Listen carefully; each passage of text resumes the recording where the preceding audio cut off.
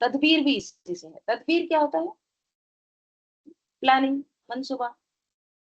تو تدبیر میں دو چیزیں شامل ہوتی ہیں. ہم سمجھتے ہیں کہ تدبیر میں صرف پلاننگ ہی ہے. نہیں، تدبیر میں ایک پلاننگ ہے، کوئی بھی چیز کی منصوبہ بندی کرنا. دوسری چیز اس میں امپورٹنٹ یہ ہوتی ہے تدبیر میں، اس کو ایگزیکیوٹ کرنا، یعنی اس کو عمل میں لانا، کسی کام کو آخری انجام تک پہنچانا.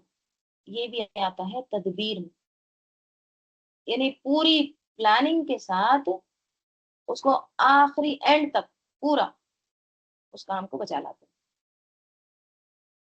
پلان، پھر اس پہ ایکشن کرتے ہیں، ایگزیکیوٹ اس کو عمل میں لاتے ہیں.